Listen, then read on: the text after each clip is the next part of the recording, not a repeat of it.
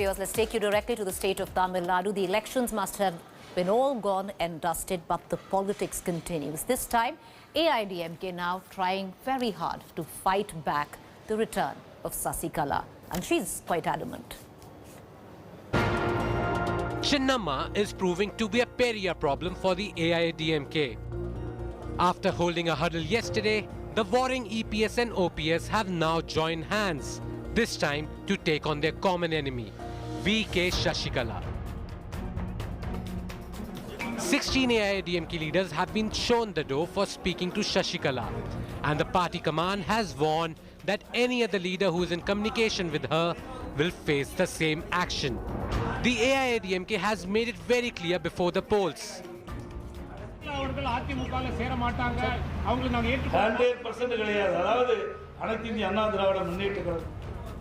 And their stand hasn't changed post the elections either. Dinagaran has no base at all in Tamil Nadu. Sasikala has got no base at all in Tamil Nadu. In the last election also, you know the vote bank what they have got in Tamil Nadu in the last election. But VK Sasikala is unfazed by the crackdown. In a latest audio clip that has surfaced, Sasikala has claimed that she would have preferred OPS to EPS as Tamil Nadu's chief minister. அந்த சமயத்துல வந்து அவராதானப்பா இது போயிட்டார் அது இல்லைனாக்கா நான் அவரைதானே உட்காரச்சிட்டு போயிருந்திருப்பேன். In this clip, Sasikala is also heard saying that she has received many complaints from AIADMK supporters that former CM Palaniswamy favored the Gounder community. என்னை பொறுத்தவரைக்கும் என்னன்னா இப்போ எல்லாரும் சொல்றதே என்னன்னா ரொம்ப வந்து ஒரு ஜாதி ரீதியாக போயிட்டு இருக்காங்க அப்படிங்கிறத எல்லா ஊர்லேருந்தும் சொல்கிறாங்க. இது மாதிரி தமிழ்நாட்டிலேருந்து இண்டு இடுக்குலேருந்தெல்லாம் பேசுகிறவங்க பூரா இதை தான் மொதல் கம்ப்ளைண்ட்டாக சொல்கிறாங்க. மொதல் கம்ப்ளைண்ட்டாக சொல்கிறாங்க, நீங்கள் வந்து கட்சியை காப்பாற்றுங்கிறாங்க. In yet another audio clip, Sasikala has vowed that nobody can stop her from returning to the AIADMK. ஆட்சியை வந்து மீண்டும் நம்ம நல்லபடியாக நம்ம கொண்டுட்டு வருவோம், ஆட்சி அமைப்போம், அது யாராலையும் தடுக்க முடியாது, கவலைப்படாதீங்க. தொண்டர்களுக்கு தான் நம்ம வந்து பார்த்தோம், எல்லாம் செஞ்சோம், கட்சி நல்லா இருக்கிறதுக்கு என்னென்ன செய்ய முடியுமோ அதெல்லாம் செஞ்சோம். The Chinnamma headache is back to haunt the AIADMK. After a poll rout and infighting, the party is anything but united, which could translate to advantage Sasikala. AIADMK leadership has cracked the whip on Sasikala loyalists, but that only seems to have emboldened Sasikala to stake claim for Jaya's legacy, AIADMK's throne. Will the Sasikala factor prove to be the glue for the feuding EPS-OPS factions? With video journalist Divyan, Pramod Madhav for India Today. All right, viewers, let's move across now to Karnataka, where there is rumbling, political rumbling of sorts, which has gone on and on and on, and then regurgitated itself once again. This is basically mutiny amongst the ranks of the BJP with the leadership of PS Yeddyurappa. The latest in it, over 15 Lingayats have come together backing BSY. The war is on. The rumblings are real. And the end game could be the most unthinkable upheaval for Chief Minister Yeddyurappa.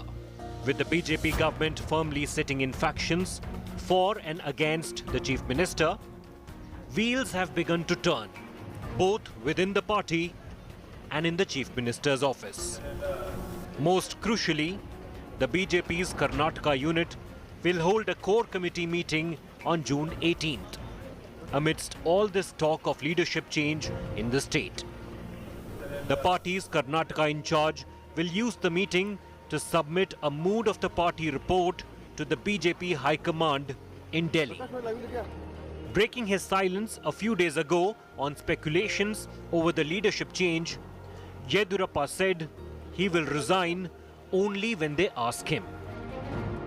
ಎಲ್ಲಿವರೆಗೆ Delhi high command ನನ್ನ ಬಗ್ಗೆ ವಿಶ್ವಾಸ ಇರುತ್ತೋ ಅಲ್ಲಿವರೆಗೆ ಮುಖ್ಯಮಂತ್ರಿಯಾಗಿ ಮುಂದುವರಿತೇನೆ.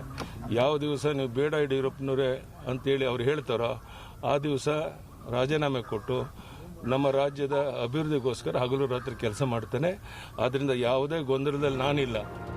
But Yeddyurappa is matching his words with some signature flexing of his Lingayat muscle.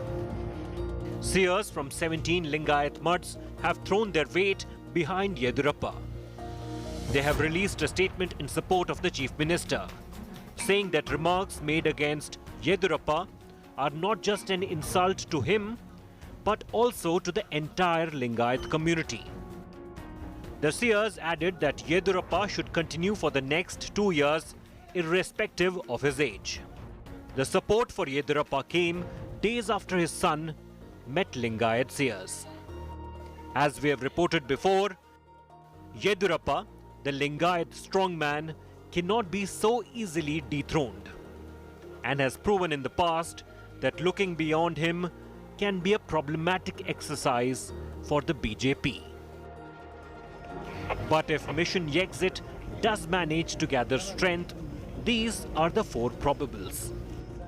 Laksam Savadi, who is the present Deputy Chief Minister, Murgesh Nirani, who is a Cabinet Minister, Basangowda Yatnal, present MLA and former Union Minister, or Basavaraj Bommai, present Cabinet Minister. And if BJP decides to go with communities other than Lingayats, these are the 4 probables. CN Ashwath Narayanan, present Deputy CM, Pralhad Joshi, present Union Minister, Yeddyurappa, present Cabinet Minister, or Govind Karjol, the present Deputy CM. Yeddyurappa has been known to quell many rumblings in the past. The question is, will things be different this time? With Nagarjun Dwarkanath, Bureau Report, India Today.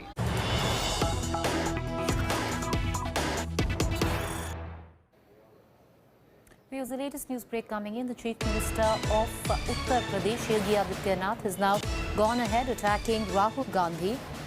Yogi Adityanath has said Rahul Gandhi's first lesson is to speak the truth, in which Rahul has never done in his life. He was talking about the Ghaziabad incident on which Rahul Gandhi had tweeted. Yogi further added that despite police clarifying that the 2 men were attacked over quackery and selling tabiz, despite that, Rahul is adding a communal angle to it.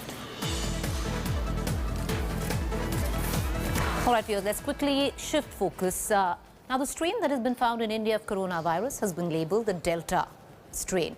Now, there seems to be a Delta plus strain, one of the reasons in which the United Kingdom has gone back into lockdown. But till now, the government says nothing really to worry about.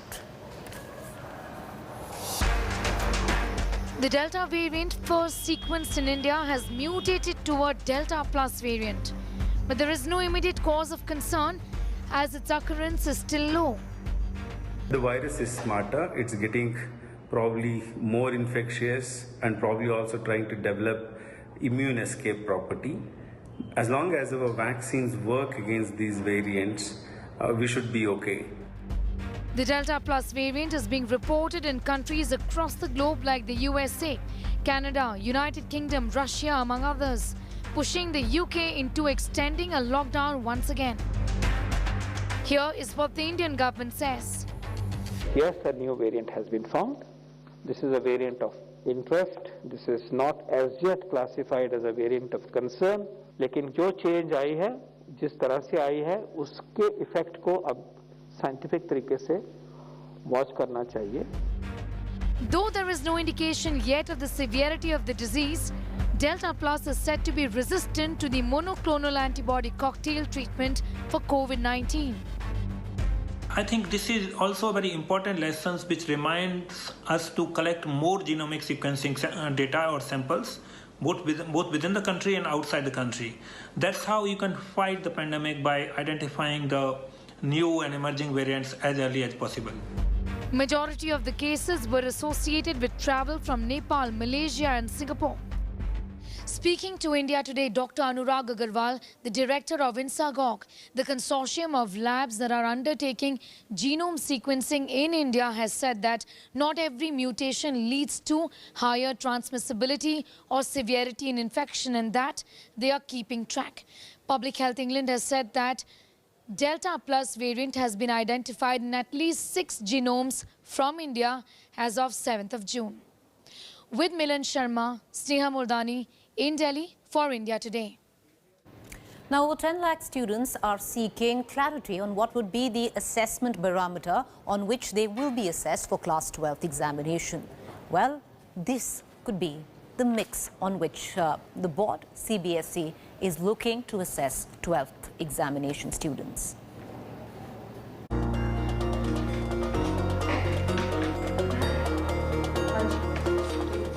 More than 2 weeks after Prime Minister Modi cancelled CBSE board exams for class 12th students due to the pandemic, suspense over the exam results continue. And more than 10 lakh students are waiting for clarity on the assessment procedure. Priorities honestly speaking अब मुझे नहीं पता that result किस basis पर होगा मतलब अब इसमें हो सकता है कि कुछ बच्चे जो डिजर्व नहीं करते उनको अच्छे परसेंटेज आ जाए, कुछ बच्चे जो पढ़ लेते हैं उनके परसेंटेज थोड़ी उनके मतलब सेटिस्फाइड ना हो. सो आगे अफेक्ट तो करेगा ये करियर में, क्योंकि कॉलेज में एडमिशन्स किस बेसिस पर मिलेगी, यूनिवर्सिटीज़ वो नहीं पता. तो या एक तो पहले तो डिसीजन एकदम से सडनली लिया गया, इतना प्रेयर्ड नहीं थे, बल्कि एक होप थी कि एग्ज़ाम होंगे, क्योंकि सीबीएसई एक बहुत ही क्रूशियल क्लास होती है, आपका फ्यूचर का बहुत मेन क्लास होती है. और डिसीजन मेरे हिसाब से थोड़ा अनफेयर था, क्योंकि जिन बच्चों ने सच्ची में बहुत मेहनत करी है उनके साथ थोड़ा सा कह सकते हैं नाइंसाफ़ी हुई है. पर उम्मीद ये है कि अब असेसमेंट आगे अच्छी हो ताकि हमारी परसेंटेज अच्छी आए, क्योंकि कई कॉलेजेस ऐसे हैं जो अपने एंट्रेंसेस भी नहीं ले रहे हैं, वो मेरिट पे ही लेंगे. The CBSE might put an end to the students' anxiety in the next 48 hours. Sources have told India Today that the CBSE has zeroed in on evaluating students on the basis of their performances in previous exams. Evaluation will be carried out on the basis of pre-board exams as well as performance in class 10th and 11th. 12वीं का जो भी criteria decide होगा वो consultancy के साथ होगा, just and proper होगा और किसी बच्चे का किसी तरह का नुकसान होने की कोई गुंजाइश नहीं होगी. The board had also rejected reports of it following a no marks criteria to evaluate students. Remember, Delhi Deputy Chief Minister Manish Sisodia had written a letter to Union Education Minister Ramesh Pokhriyal Nishank with similar suggestions. Sisodia had suggested that 30 marks weightage be given to pre-board results, while 20 marks each be considered for class 10th and 11th results. The remaining 30 marks should be decided on basis of practical exams. The CBSE faces a big test of finalizing a fast and fair assessment formula for the students. Bureau Report, India Today. All right, viewers, when we think of the Galwan Valley clash between Indian and Chinese forces, it seems it was just yesterday. It's been a full year, and India remembers its 20 fallen men.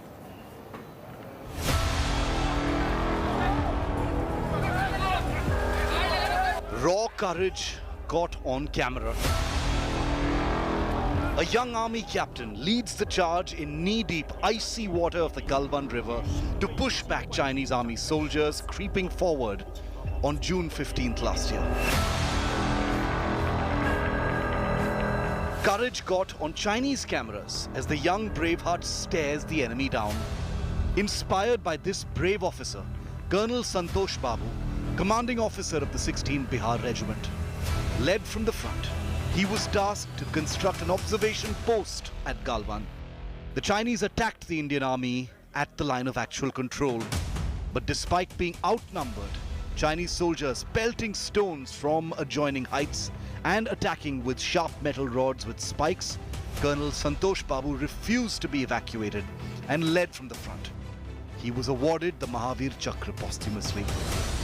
It was not a local action by the PLA, it was a planned ambush. But the PLA was surprised, despite our troops being taken aback by this planned ambush, by the retaliation and response of Colonel Santosh Babu and his men.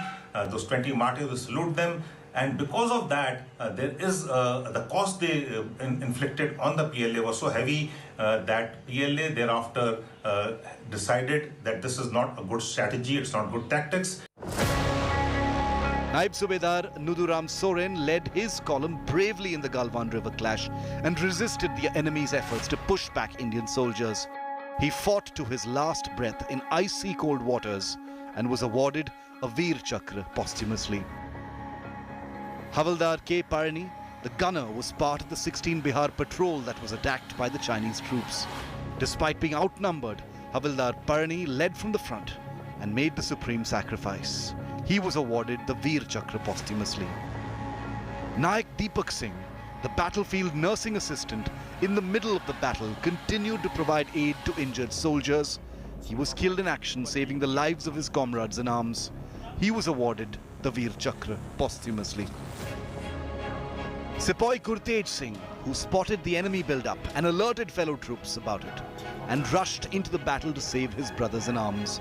Despite being grievously injured, he continued to fight to his last breath, ensuring the Chinese soldiers were pushed back.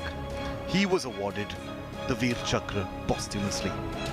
Havildar Tejinder Singh, the gunner from the medium regiment, pushed into the heart of the battle to push back numerically superior adversaries and continued to fight till his last breath. His leadership in battle inspired his comrades to push back the Chinese. He was also awarded the Veer Chakra. The valor exhibited by Colonel Babu and the brave men has proved that India cannot be taken for granted. That the Indian Army will retaliate should the Chinese attempt to change the LAC.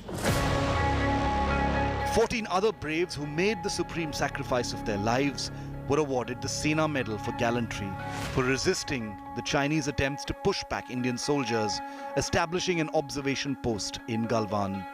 The country will never forget. Bureau Report, India Today. Welcome back. You're watching a fact-check segment where we bust certain claims masquerading to be facts on social media platforms and WhatsApp groups. There's a claim floating about suggesting Israel has found a cure for COVID-19. The fact Israel's anti-COVID drug XO-CD24 is still in just phase 1 trial. So false. Israel, at least till now, has found no cure for the virus. With that quick fact check, time for us to slip into a quick break, but to stay with me, up next is To The Point. For